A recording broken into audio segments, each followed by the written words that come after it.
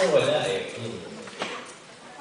Lahat na sa kanya eh. It's just that they have to respect kung ano yung kanyang sitwasyon.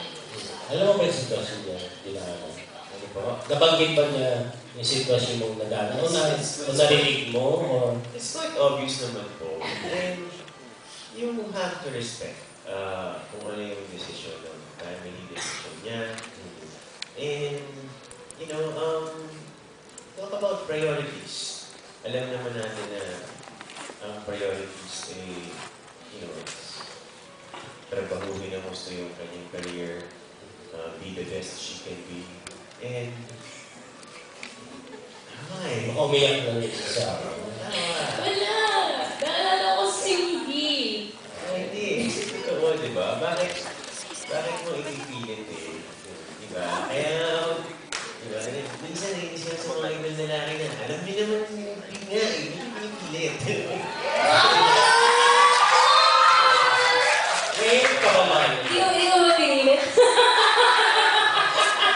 Alam mo yan. Alam mo yun. Madali ka ba mahalin dyan, Loy? Madali ka mahalin. Tanawin niyo po. Madali ko siyang mahalin. Sarah. Madali ka siya mahalin.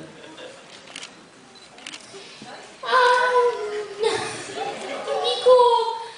Kasi yung natural na pagmamahal, syempre, hindi. Madali kasi kilala ko siya. I mean, yung sa pagtatrabaho namin ng 2 years, ay 2 years na din. Ano ba yun? Yung very special level sa so, change my life. Hindi ako nahihirapang mahalin ng isang John Ray Cruz at ano na, sinasabi ko naman po, nakakita ko siya bilang tao, bilang kaibigan, bilang leading man. Siyempre, napakagaling, napakabait pa. Ito yung halang minsan. Pero yung siguro beyond that, hindi ko pa po alam. Hindi ko pa alam. Hindi ko pa siya... Hindi kami nagkakaroon pa ng... Bakit may pa? Waiting pa. Basta yun na yun. Okay, thank you. Kumain si Loy. Ayan, ay sasagot si Loy. Loy, ikaw. Ano ba yun? Nasagot po ako. Hindi, ang sa akin, related to that, you know, it's hard to talk about love.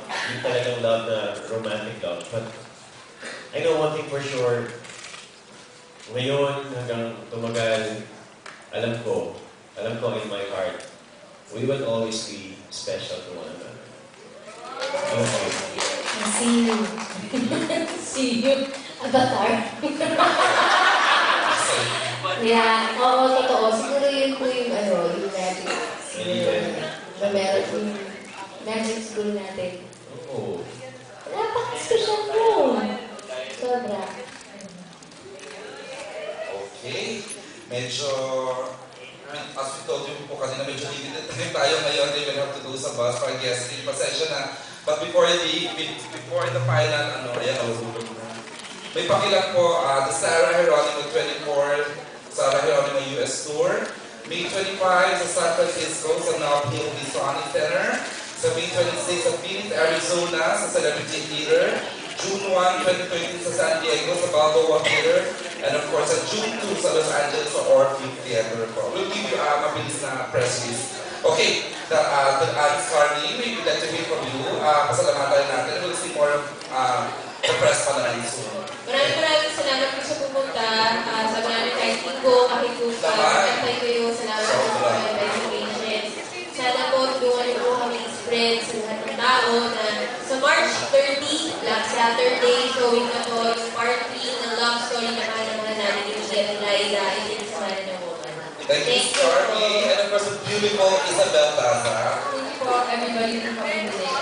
We hope you enjoy the movie because we worked so hard for it. Thank you. Ang walang katulad. Happy birthday! Muli na naging sa kadalek. Maraming salamat po ulit, pero sana po ma-appreciate niyo yung level of giving that you're offering for people. Thank you. Thank you so much. Thank you. And of course, Miss Sarah Geronimo. Salamat po. Sana po sabay-sabay natin na alam niyo yan kung paano tapos mo ng love story ni Ricky at Molaida. At kung gusto niyo nung balik po mag-end na o hindi. Nasa iyo po ang answer. Thank you, Sarah. At Charlotte Cruz. Salamat mga kaibigan.